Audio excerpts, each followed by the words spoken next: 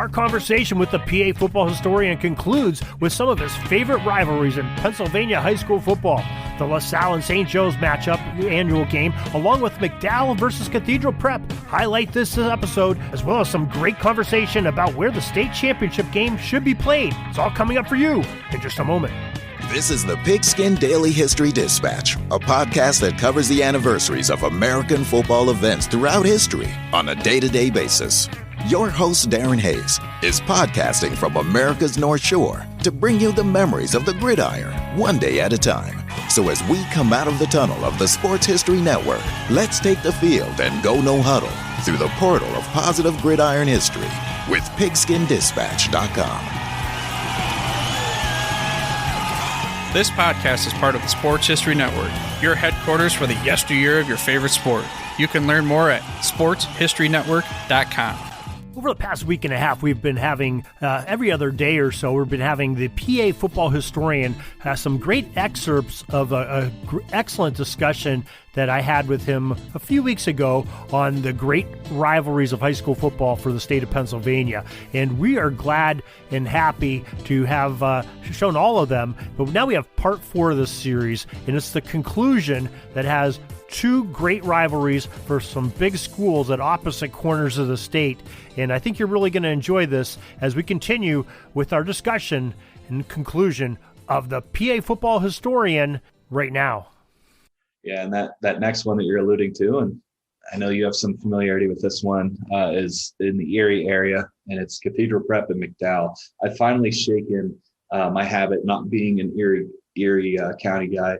I finally shaken calling it Erie Cathedral Prep and Erie McDowell. I know that nobody likes that. It's Cathedral Prep and McDowell. So up here it's just Prep McDowell.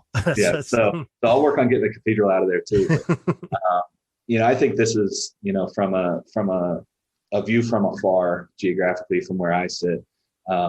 This appears to be the most highly anticipated game in District 10 every single year. Now, we just talked about Sharon Farrell coming back. And so Sharon Farrell, I think, is easily going to be one of, if not the most anticipated small school games. But Cathedral Prep and McDowell being both big schools, this is the game everybody always knows when it's coming. During the COVID year, I think they played twice because they had it was McDowell, Cathedral Prep, Erie, and Butler. I think just kind of did a round robin. They played each other twice. So, and I don't know how I feel about that. I think if I was a fan of either of these teams, I don't know if I'd care for playing them twice. It kind of takes away a little bit of that luster. But I guess if you feel good about your team that year, it gives you a chance to beat them twice. But Cathedral Prep leads the all-time series in this one, 48-31. They played in 1930 and 1931, but then they didn't play again for almost 30 years. They didn't play again until 1958, and they've played every year since then. And one of the things about this game, aside from being, probably the biggest game annually in District 10, these teams have played a ton in the playoffs. So there's a lot of these rivalries that I've talked about that the teams have maybe a game or two here and there when they've met in district playoffs or state playoffs even. This one and the next one I'm going to talk about has kind of a similar record, at least recently. But Cathedral Prep and McDowell have played a ton in the postseason. So I have from 1992 to 07, in a 15-16 season span, they met 12 times in the playoffs. Cathedral Prep went 8-4 in those games. And they haven't played in the playoffs, as you alluded to, recently because of classification issues. And that has been, if you want to call it a casualty of the sixth class move that the PIAA went to in 2016, because Cathedral Prep played as mostly a 4A, 5A school during that period. They spent time as a 4A and then as a 5A. And now we're going to be pushed to 6A, where McDowell has always been. McDowell's a really big suburban school. I think they're 5-6 miles apart. You'll know that. They're very close schools. But now they'll get the chance to see each other in the postseason again. Because back in the day, prior to 2016, Cathedral Prep there was a period of time, maybe 2010 to 2015, that they played 3A, I know. But for most of Cathedral Prep's history, they were a 4A program, just like McDowell was. So they would see each other all the time. They play mid-season and they play again in the playoffs for the District 10 final a lot of the time. And so definitely kind of a different spin on this rivalry, just because there is such a playoff familiarity. And again, I'm not taking a side on it, but we talked about it with Harrisburg, McDevitt, when you have two schools in the same city and you kind of have the city's public school power and the city's private school power, there's going to be animosity built up there. And whether it's right, wrong, or indifferent, it makes for a better game for a fan to watch, I think. And so there's going to be a little bit of bad blood there. And, a little bit of bad blood's okay, as long as we don't, take it too far. But, Prep McDowell, as somebody who follows sports, not just football, but I try to follow all sports across the state as closely as I can. When these teams play in basketball, it's a big deal. When they play in baseball, it's a big deal. When they play in whatever, when it's Cathedral Prep McDowell, it's a big deal. And so they just had the water polo game like a month ago. That was a big deal. Yeah. And I think a cool thing about this is the vast majority of teams I've listed tonight are really successful teams. If two struggling programs play each other every year, that's really important for them. And it's a great thing for those communities, but it's probably not going to reach that statewide level if the two schools aren't historically strong or powerful programs. And these teams, McDowell's a little bit of a younger school, I guess, technically, than Cathedral Prep, although neither of them in Pennsylvania football terms are old. They're not 1880s, 1890s like a lot of schools are. They both have won more than 60% of their games all time. So you're talking about programs that for 60, 70, 80 years have won 2/3 of their games. And so very few down years on either of these teams' ledgers. Prep's got over 650 wins. McDowell's got 531, and which is an impressive number. But again, it's because McDowell hasn't been around as long as other schools maybe have been, and Prep hasn't either. But it's just it kind of hits all the boxes. You got the public versus private angle. They're close to each other. They've met a ton in the playoffs. They don't really care for each other. They play every year. They're both really, really successful programs. I'm not really sure what else you can do to check any more boxes for a great rivalry. Well, it gets a little bit more interesting in my house. I'm a Cathedral Prep graduate, and all four of my kids, I've had 3 graduate from McDowell. I have my youngest is a junior at McDowell. So it's and I in between, there's some age difference between my 3 older ones and my youngest, and in between there, I probably officiated every other year. I did at least one of their games, the playoff game or the regular season game, which a big rivalry game. My crew was on it. So It's just it's a tremendous rivalry. Up till a few years ago, Coach Mike Mishler, he just retired recently, but he graduated 2 years after I did from Prep, and he's coached Prep for 20 some years and had multiple state championships in that time. And Brad Orlando, who coaches McDowell now, was an assistant under Mishler for many years at Prep. So he split off and went to McDowell. So the last probably 8 years or so, those two going at it, you have these two coaching staffs that are very familiar with each other, sort of came from the same tree. And what reason they've played so much in the playoffs is up until the city schools in Erie all merged. All 3 of them were probably like AAA schools. They all merged into Erie High, which is now the same size as McDowell. Cathedral Prep's a little bit smaller, being a private school. This is their last year of being an all boys school. Next year, Villa Maria is merging with them. They're going to be a co-ed school. So they'll probably be right around 1,000, 1,200 students, I think, next year. McDowell's, 2,000 plus, and so is Erie High. So now the rivalry is coming back, and we're hoping Erie High is going to produce that, and you have some bigger schools. But up till a few years ago, Cathedral Prep and McDowell were the only 2 large schools, and before Butler came into District 10. So that's why they played for the Quad A championship, for years and years before we had 6A. And that's why you're seeing a lot of those playoff. Absolutely. And you have some parts of the state that, if you've ever tried to explain Pennsylvania's playoff system to an out-of-state person, and I didn't realize this until about 2 years ago. I have some friends who coach in the Midwest, and it sounds crazy when you talk about it. I mean, it is crazy. It doesn't work. It doesn't work at all. if it takes you 20 minutes to explain it, maybe there's a better way, but it's just the way it's been forever. Just, it's just how we've always done it. But because of that, what I'm getting to is there are parts of the state that, you might only have 3 or 4 big schools. And so it's almost kind of an open playoff setup. And you might have one school that's very strong, and then the other school kind of gets in at 3 and 7 or something. And then it's, 56-0, move on to the next round. And you have a small, big school district like District 10 was for a lot of the history. It still is. There's not a ton of big schools in District 10. But you have these 2 awesome programs there. It's not like McDowell or Cathedral Prep just showed up and shellacked somebody and then, let's see who we get from the Whitfield, or, wait for like a State College or an Altoona from District 6 or something to come in. No, you had 2 really strong programs playing for that district title, despite the fact that there weren't a ton of other 4A schools in the district. So, pretty cool thing there. And like I said, for my money, it's somebody who's not a Northwestern PA guy.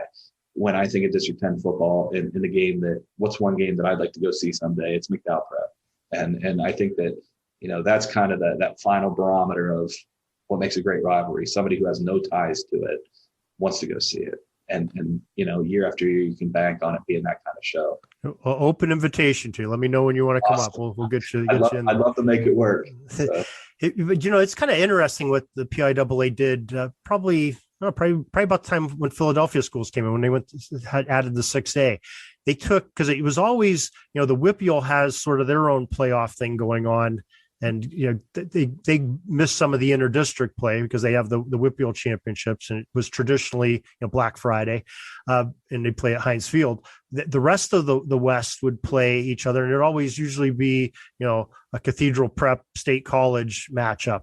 But then they added in the Harrisburg and York teams into the West, and it made it a lot more interesting. So, the District 6, District 10, and I'm not sure what Harrisburg and York are, but that district, they would, mix it up, and then the Pittsburgh schools would mix it up. And it's just, I mean, the way I've explained the state playoff system to those guys who live out of state that I was talking about is just, you just have to imagine 12 fiefdoms, like 12 little kingdoms.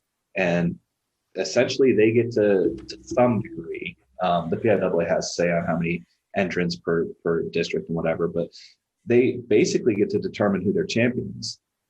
And then there's different points that they enter. So in a lot of classifications, if not all of them, the Whitfield champ enters during the state semis. So they don't play anybody from outside of Pittsburgh until the state semifinal. Well, we have to add a caveat in it, because it's actually Central Pittsburgh, the city of Pittsburgh, doesn't play in that Whitfield. Correct. They come up and play against our schools in District 6 and that's Harrisburg. That's another funky thing, because District 8 is just the Pittsburgh City League, which right now I think has 5 or 6 football teams in an entire district. And then the area surrounding it, the Whitfield has over 100 schools in it. So, trying to explain that stuff. And then District 5 is very, very small along the West Virginia, Maryland border.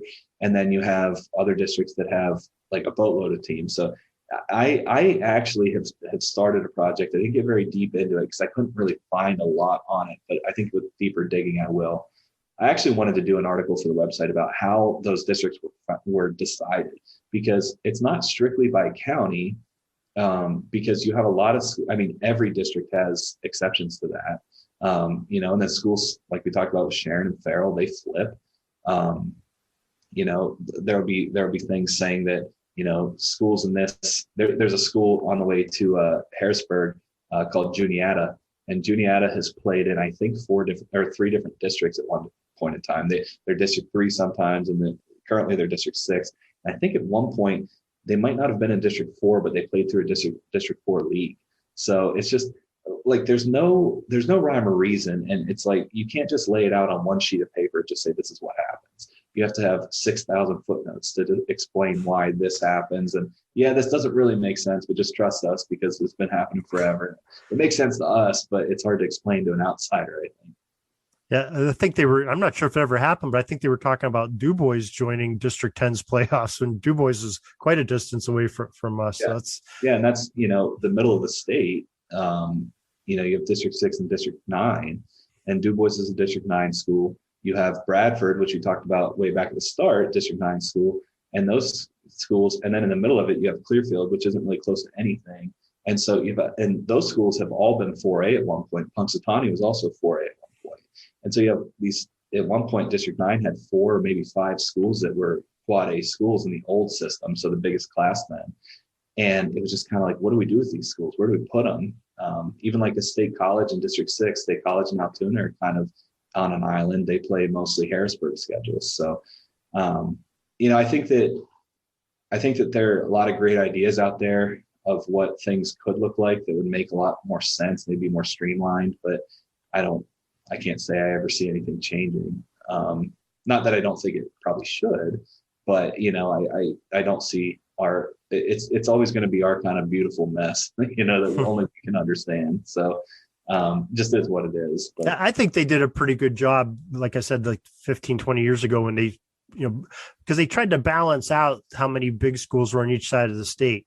And if you put York and Harrisburg in there with the Pittsburgh and Erie and state colleges and Altoonas of the world, it sort of balances out, there's not the population, 6A schools, McDowell is small compared to the Philadelphia schools with their 2,000 plus, but at least it balances out a lot more. And there's a little bit more parity with some of the championship games. I think that's what they were worried about. So I think we got so used to an East-West setup for so many years. And now there's, somebody from Lancaster or York could be the Western champ. And that kind of feels weird, but, and from a strictly geographical standpoint, it is, but, whenever you look at the state, not from, latitude, longitude standpoint, but from a population density standpoint, there's way, way more people in that eastern third of the state. Like you go from like Harrisburg down to Philadelphia, and that part of the state has more people than I think the rest of it does. So there's no way to make it exactly east and west anymore, just based on whenever Philadelphia joined. But I think it was McDevitt the first year that they played the Western teams, they won the West. So because I went down to that game when they won. They were saying, hey, we're the champs of the West. That seemed real weird. Yeah, so definitely. So I think that kind of ties into the last game I had. We're talking about Philadelphia joining, and earlier we had another Philadelphia area, Germantown Academy and Penn Charter. But now we're talking about more of the PIAA teams. And I think if we're going to talk about a game, somebody in the Philadelphia area could argue with me. There are a ton of good rivalries there because, for a couple of reasons. There's a ton of schools down there. There's a lot of historically great programs down there. A school that didn't even come up in an answer or a reply to my tweet was CB West. Central Bucks West is a school that anybody my age and older, when you think, that's the first legendary team I remember watching. That's the first team I remember watching on PCN in Hershey, just thinking, my God, that's the best football team I've ever seen in my life. And, they didn't even come up. So there's so many. Berwick, they had some great runs, and, Berwick was a great, the Berwick CB West years, that was kind of my formative years watching high school football. But, there's so many great District 1, District 12 teams and rivalries and everything else. So somebody could argue with me that I picked the wrong one, but I'm going to go with one that seems like an easy pick, seems like cherry picking, but does have a lot of history behind it. And that's LaSalle and St. Joe's Prep. You can't talk about high school football in Pennsylvania right now without mentioning St. Joe's Prep. They're in the biggest class. They lost this year in the state final to Mount Lebanon, a tremendous Mount Lebanon team. But St. Joe's is always going to be there. Next year in the 6A state final, you can mark it down pretty confidently that St. Joe's is going to be there. And you can do that for many, many years to come. And you're not going to be wrong too often. So you can't not talk about them. But, LaSalle, they're kind of overshadowed, but LaSalle is a tremendous program too. LaSalle won a state title the second or third year. I think it was the second year. The Philadelphia Catholic League was in the PIAA. They beat actually State College, which we've been mentioning, but St. Joe's Prep has won 6 state titles. LaSalle's won 1. So they've combined for 7 state titles, all of them at the state's biggest class. And that's just in the last 15 years. I think you wouldn't get a lot of argument out of people if you said that these are two of the most talent-filled rosters in Pennsylvania on a year-to-year basis. If not the two most talented rosters. They're the two kingpins and have been for a while of what I would consider probably the toughest football league in Pennsylvania. Again, lots of people might disagree with that, but the Catholic League, especially the Catholic League anymore, and there are a lot of people not happy with this, but the Catholic League runs high school football right now in Pennsylvania, and they definitely do in basketball. They kind of laid waste to everybody a month or so ago, but in football, I mean, St. Joe's Prep's won the Catholic League 22 times. LaSalle's won it 15 times. And the last time that LaSalle or St. Joe's Prep didn't win the Catholic League was 2007. So it's a tremendously difficult league. But Roman Catholic won it in 2007. And since then, it's been LaSalle or St. Joe's Prep. Do they ever get to play like, Germantown and Penn Charter and some of those other big Philly schools? They will play non-conference games against those Interact schools. They'll play like Malvern Prep. I think both of these schools have, but I think LaSalle has played Malvern in the last couple of years. Haverford School sometimes will play them. So yeah, their non-conference will be that way. And then St. Joe's is at the point where, I mean, they're a national brand, and they're playing teams. They played a team from Georgia a couple of years ago. They're playing out-of-state teams, left and right. So, and LaSalle has played some out-of-state teams too. Actually, LaSalle, like 20 years ago, played a team from Russia, which I need to do a story on. I've looked into that a little bit. I want to know more about that game, but wow, it's there's definitely something to unwrap there. But it's easy to focus on the last 15 years with this, and that's definitely a big part of the story. But that's not all we can focus on. It's got to be more than that to be a great rivalry. And what I found actually researching for talking to you, I didn't realize this, but LaSalle and St. Joe's played on Thanksgiving for about 30 years. They played from 1976 to 2005. They played on Thanksgiving. And Thanksgiving games are a much bigger deal in the southeastern corner of the state. And I want to talk about that a little bit when we're done here. But then they moved off of Thanksgiving, but they still play every year. St. Joe's leads the series 57-37 with 5 ties. And they've played LaSalle 13 times in the playoffs. And the playoff record is in St. Joe's favor as well, but it's 8-5. So, St. Joe's has the upper hand, but it's been competitive in the times that they've met. And, just the depth of talent we're talking about. I mean, all time, the bare minimum number is that these two teams have combined to put 17 players in the NFL between them. And the number's probably a little higher than that. There's probably been a handful of guys that haven't been accounted for in that, but just the talent's insane on the field every time they play. This year was a big deal in this rivalry because this past fall they played at Franklin Field, and seeing videos from that game, it was crazy. It looked like, not to I don't know, trash Hershey, but it looked way more like a state championship game than games at Hershey Park Stadium did. Franklin Field's a bigger facility. It's obviously a really historic facility, and there were tons of people there. It was a tight game. LaSalle pulled it out and won, and it was the first time they had beaten St. Joe's Prep since 2015. St. Joe's Prep, counting the playoffs, have won 9 in a row against LaSalle.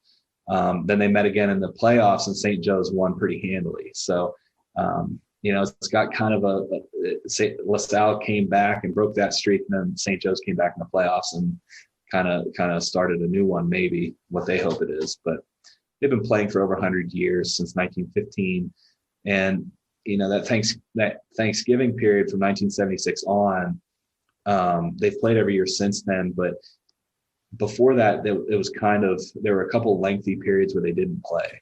But for the past 45 years, they've been playing every year and often in the playoffs. So this is the one that, this made the list for several reasons, but just the pure quality of play, talent you're going to see. you watch a game there, you're gonna see who knows how many guys who are gonna play Division I football, and a handful of them likely get a shot at the NFL. So just a great rivalry. It's been going on forever.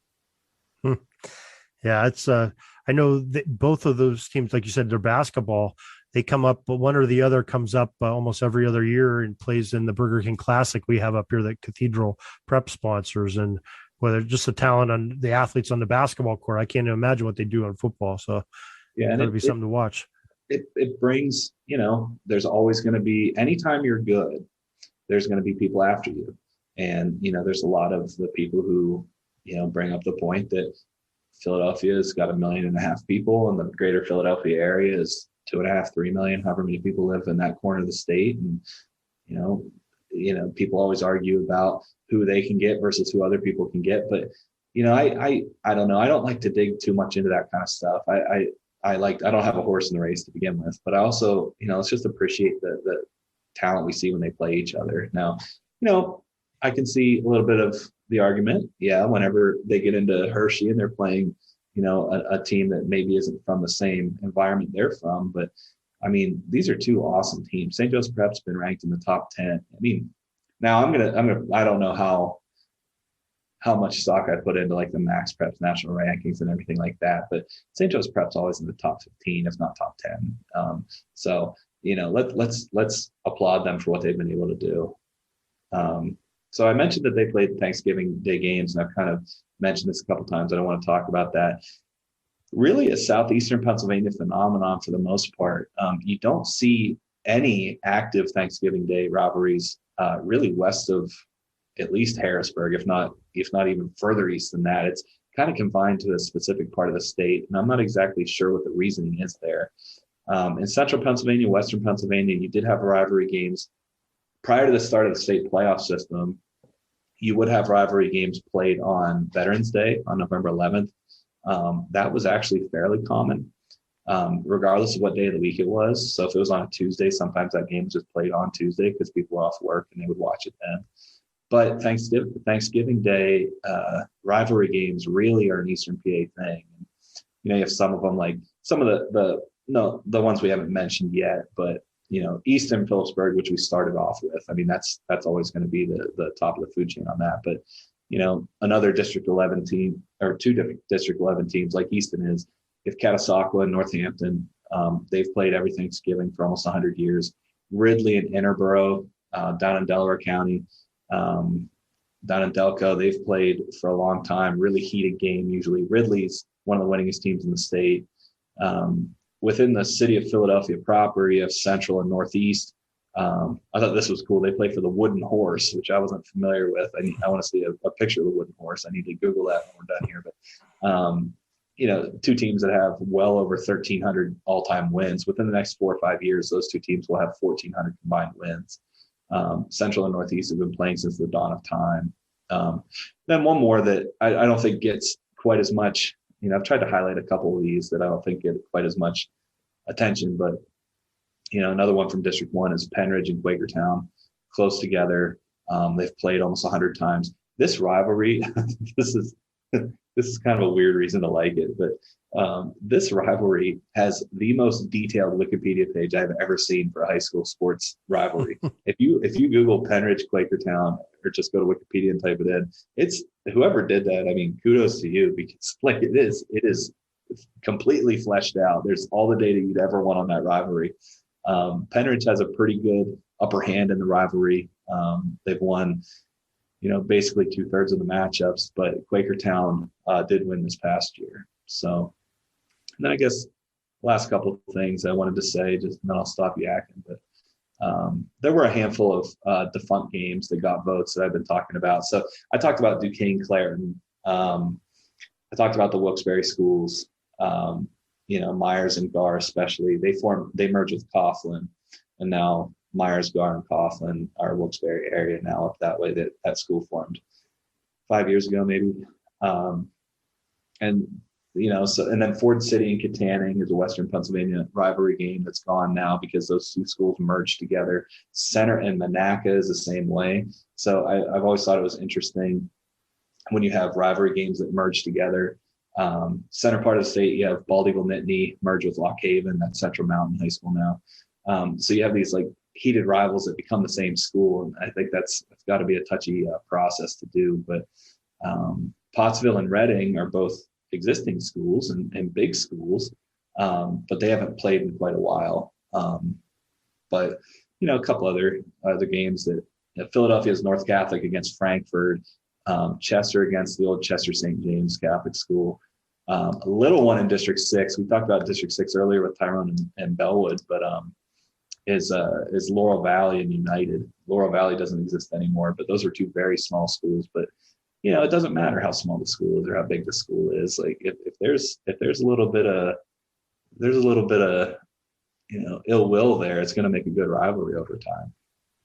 Yeah, any of those games that put the fire in the bellies, that's the ones you want to watch. Absolutely, those are the fun ones to read about and learn about. And we really appreciate you coming on here and sharing some of these rivalries, because it's that's just tremendous. So I guess one last thing before we go is the state championship location of the PIAA state championship.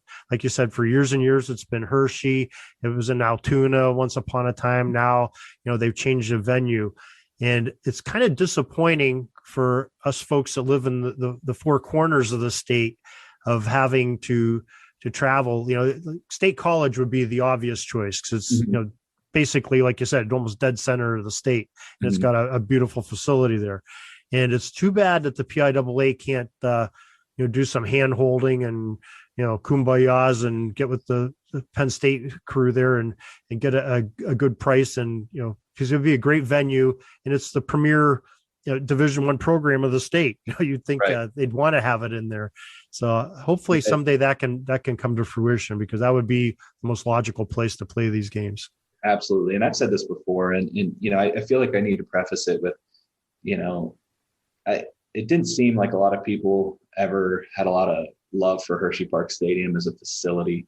I do think there was some novelty to the fact that whenever you won the state semifinal, people would throw Hershey kisses on the field. Like, that was kind of a neat tradition, but I don't know if it was necessarily worth, sacrificing maybe a better location. And, absolutely no disrespect meant towards Cumberland Valley, but I just think when you're a state that holds itself in high esteem for high school football, and I'll be the first to admit I'm a history guy here, but you can make an argument that high school football in Pennsylvania, from whatever metric you want to choose, might not be anymore what it used to be.